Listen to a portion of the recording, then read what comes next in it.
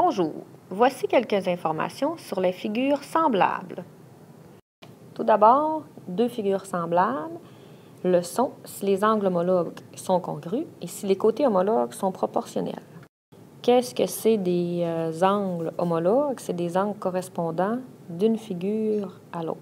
Une paire d'angles homologues, une autre paire et une troisième paire d'angles homologues. Donc, si je prenais un rapporteur d'angles, les angles homologues seraient congrus, donc de même mesure. Pour les côtés homologues, j'aurais, mettons, ce côté-là du triangle jaune est homologue à celui-là pour le triangle bleu. Et on dit qu'ils sont proportionnels, ça veut dire que je établis une proportion, j'arriverai égal à ce côté-là sur celui-là. Donc, on va aller calculer le rapport de similitude afin de prouver que ça va être vraiment le même rapport. Donc, pour calculer mon rapport de similitude, je vais comparer des côtés homologues pour chacun des triangles.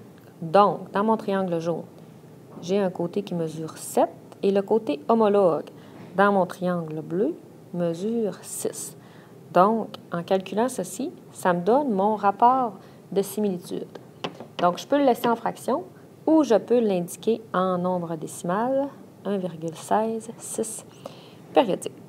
Donc, ça, c'est mon rapport de similitude. Donc, ce que ça veut dire, pour partir de ma figure bleue, pour me rendre à ma figure jaune, j'ai dû multiplier chacun des côtés par 1,16 afin d'obtenir mes nouvelles mesures. Maintenant, on va aller trouver la valeur de x. Je peux le faire par proportion. Je trouve que c'est la façon la plus facile. Donc, ce que j'ai à faire, je commence par établir une première fraction. Je vais comparer d'abord mes deux triangles. Pour, ici, je pourrais dire, je compare le triangle jaune, qui est plus grand, par rapport au triangle bleu, qui est plus petit. Donc, je commence par établir une première fraction. Je compare mon côté 7 à mon côté homologue bleu, c'est-à-dire 6. Ça va être égal dans mon triangle jaune à x, comparé dans mon triangle bleu, le côté homologue mesure 5. Donc, là, ici, j'ai une proportion que je vais résoudre par produit croisé.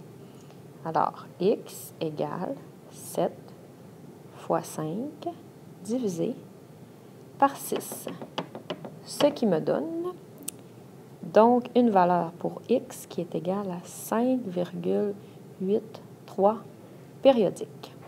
Donc, j'ai pu résoudre ceci à l'aide d'une proportion.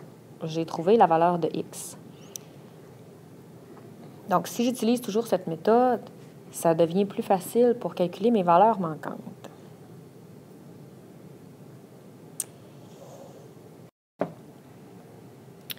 Maintenant, on va regarder un petit peu à quoi ça peut, qu'est-ce que ça nous donne comme information, la valeur du rapport de similitude.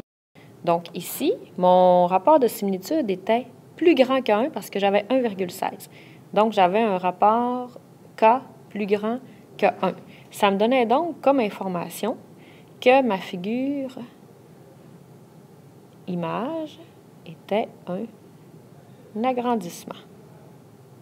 Si j'avais eu un K plus petit que 1, c'est-à-dire par exemple 0,5 ou 1/2, ça voudrait dire que ma figure image serait donc une réduction.